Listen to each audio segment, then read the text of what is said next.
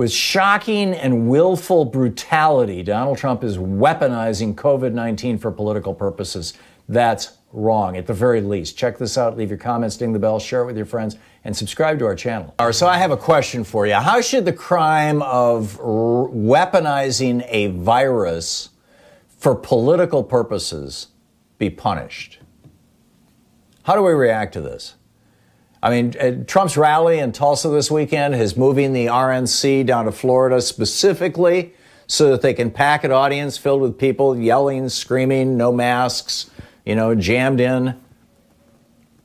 What these things prove, these two events that Trump these two decisions that he has made in the past week, is that he's willing to allow Americans to die. In fact, he's willing to take proactive actions that will cause Americans to die in order to get his ego stroked and increase his chances of getting reelected.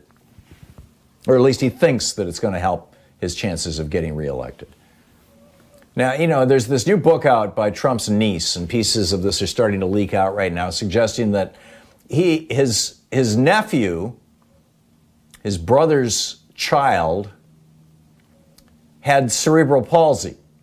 Very expensive medical treatments necessary for cerebral palsy. When Donald was negotiating with his brother and sister over slicing up his father's estate, he cut off the medical payments to his nephew with cerebral palsy in order to force that family to give Donald a larger chunk of daddy's inheritance. At least according to Donald's nephew or niece right now. So you've got two data points here. Number one, Trump is willing to kill people to get reelected or put people in situations where they're going to die.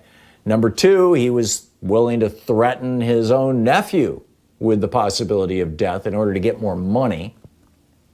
And then number three, scientists report that if 80% of Americans simply wore masks, and by the way, this has been demonstrated in Japan, which did not shut down. They closed their schools, that was it. People still went to work.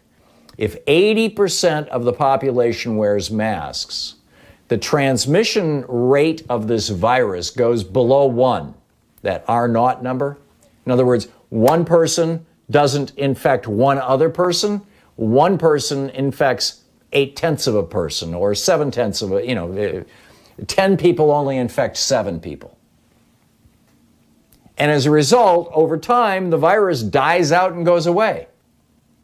If 80% of Americans wore masks, we would be in a situation right now where the virus would be dying out and going away, as has happened in Japan over the last 5 months. If Trump had reacted to the coronavirus the same way that South Korea did in January, on January 20th, they got their first case the same day we got our first case. Or even if he had reacted like Australia did in February, or New Zealand, or most of Northern Europe, there would be at least 60 or 70,000 Americans who are dead who today would instead be alive.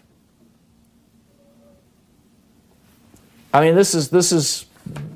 I don't think Americans know this, right? I was talking yesterday about people in Australia and how they're wearing masks when they go out. It was, I guess, an assumption on my part or old news. I got a note from one of our listeners in Australia. Tip of the hat, Katie. Thank you very much for sending this.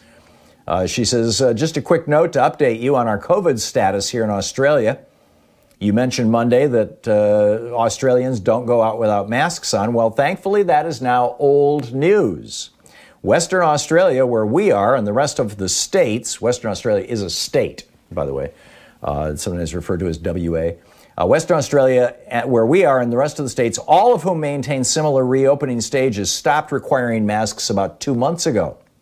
My husband and I, who are being supremely cautious due to our age, would feel quite odd leaving the house with a mask on at this point. However, folks are still standing in line at shops at the 1.5 meter marks, 6 feet, which were used before, and every store has disinfectant at the entrance and the counter. She adds, Australia seems to be moving in the direction of New Zealand, which had its first rugby match this weekend, complete with stands filled with cheering, happy Kiwis. Why? Testing and contact tracing. They're crushing the virus. They don't even need masks anymore in Australia. They've reached that threshold. We are not even talking about that threshold. We've got a full-blown pandemic, epidemic inside the United States going on, and now you've got scientists talking about this is going to become endemic, which means it's always here, it never goes away. At the same time that other countries are getting rid of this damn virus.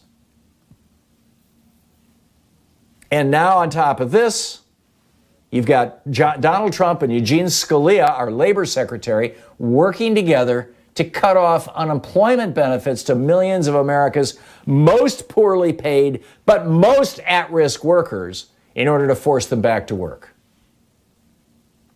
Trump doesn't care how bad the epidemic gets. He doesn't care how many people die, as long as the deaths happen in the weeks and months immediately after the election. And in that regard, I think he may have mistimed this, frankly. But every other country in the world that is not run by a strong man and has a functioning government is right now executing a specific plan to protect their citizens from this deadly virus. And the Trump and the Republicans are not only ignoring the need for a plan, they're actively working against the advice of their own scientists, putting politics and Donald Trump's ego above the lives of American citizens. And this is cruel.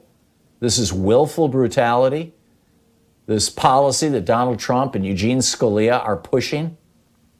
I think it's shocking. The rest of the world, as Nicholas calling in from Mexico just a little bit ago, the rest of the world is looking at us with horror. And yet the GOP, the Republican Party, seems to think, oh, it's just fine. No complaints, no criticism. Ron DeSantis couldn't figure out how to put a mask on. The governor of Florida, he put it on sideways.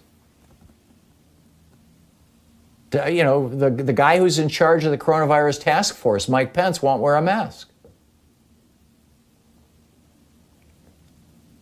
Some of these Republican strategists, at least one has come right out in public and said, well, you know, 70% of Republicans are willing to go out in public without a mask, and they're not afraid of the virus. That's only true of about 30% of Democrats. So let's hold our elections and force people to go to the polls. The Democrats won't show up.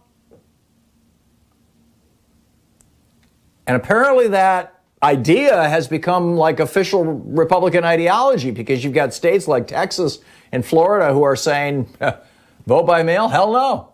We're not going to let our citizens vote by mail. So what we're watching right in front of our own eyes is weaponizing a virus for political purposes. And, you know, and let's not forget, another piece of this is the Republicans pointing out, and this all started on April 7th, right? The day that the Washington Post and the New York Times said black people are getting hit by this virus more than white people. And literally the next day, right across the board, you had the billionaire groups, you know, FreedomWorks and the other right-wing groups saying, time to open America. You had these white militia guys showing up in state capitals, time to open America. It's only black people dying. So, hey, I want my haircut. I want somebody to bring me my meal.